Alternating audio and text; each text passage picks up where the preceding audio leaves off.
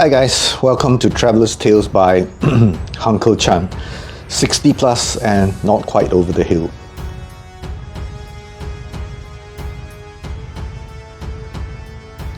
With regards to my last video on the accident that occurred on Gunung Rinjani that killed a Brazilian tourist, I was surprised that there were more comments from Indonesian apologists and denialists than like-minded folks who are interested in climbing the mountain but who are now concerned about the safety issue.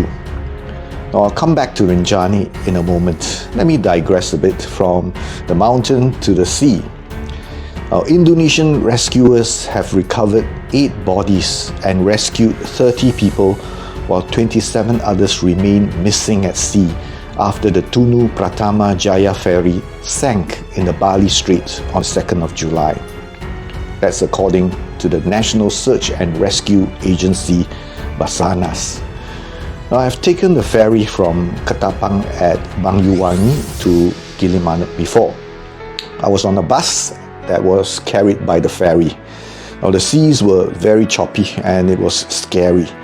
Now, in the event of an emergency, escape from those who are inside their vehicles would have been difficult.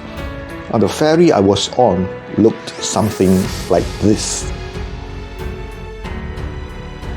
Slightly different from the ferry that sank last week. Now, if you check out the Indonesian forums, you'll find that people are holding the operator accountable. Now, some ask about the age of the vessel. Some question the standard of maintenance. Some asked if there were sufficient life jackets and life rafts provided. These are the Indonesians that I'm more familiar with. They acknowledge that standards need to be improved, and it's a totally different reaction compared to the response from keyboard warriors and trolls who were blaming Juliana Marins and defending the rescue team on Gunung Rinjani. Just days after Juliana Marins fell, a 47-year-old Malaysian tourist by the name of Nasli also fell, or should I say tumbled, 200 meters. Not on the same spot, but lower down on the mountain when he was descending to the campsite by the lake. As I mentioned in a previous video, those who wish to camp by the lake would normally go by way of Senaru. Those who wish to climb to the summit would go by way of Sembalun. However, it is also possible to descend to the lake from Sembalun, but the trail is long and challenging because hikers would be exhausted after doing the summit. Now, this trail, often called the Torian Trail, was where Malaysian hiker Nasli tumbled down 200 meters. According to the reports, he slipped while attempting to make way for several porters passing along a narrow path. Unfortunately for him, he was not too badly injured. Rescuers reached him in time and carried him down the mountain. Another Malaysian hiker was not so fortunate. Also on the Torian Trail, Rani bin Abdul Ghani, aged 57, went ahead of his group and deviated from a part of the standard trail that had some safety ropes.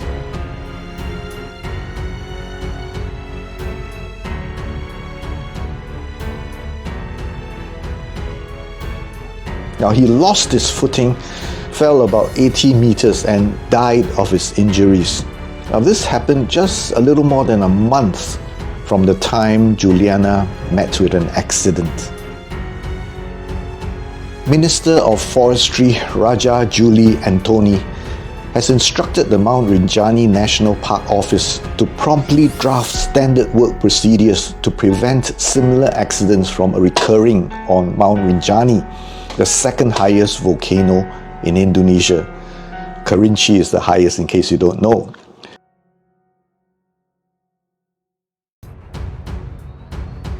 Now, he said, I quote, We should not gamble with people's lives. We are not collecting PNBP, non-tax state revenue, at the expense of tourist safety, unquote. Another issue is the expertise of the guides. One of the few tourists commenting on my video asked about the admin and paperwork for Rinjani. I told him that as long as the operator is paid, paperwork is not a problem. Because Rinjani is so popular and demand for guides is very high, the entry level becomes low. I've observed that most of them are just casual followers. This is not just my observation, but also the observation of other Indonesians. Now, according to Antara, I stress again, this is coming from Indonesian news agency Antara. Of the 621 tour guides around Rinjani, only 321 of them are certified. Now, the authorities are also sending 12 rescuers for training. Agam Rinjani, the rescuer who brought Juliana's body up, has acknowledged the inadequacies of the rescue team. They have done their best, but they could have done better if better equipment were more readily accessible and if they had better training. Now, in my previous video, I suggested having storage huts on the crater rim where rescue equipment could be kept. I guess the helicopter is not within their budget, but what about the heavy lifting drone that can deliver rescue equipment like ropes and anchors to the spot where it's needed? I've come across a sarcastic meme showing the summit ridge of Rinjani guarded by railings on both sides. Now, it's obviously an attempt to mock the clumsy and clueless tourists.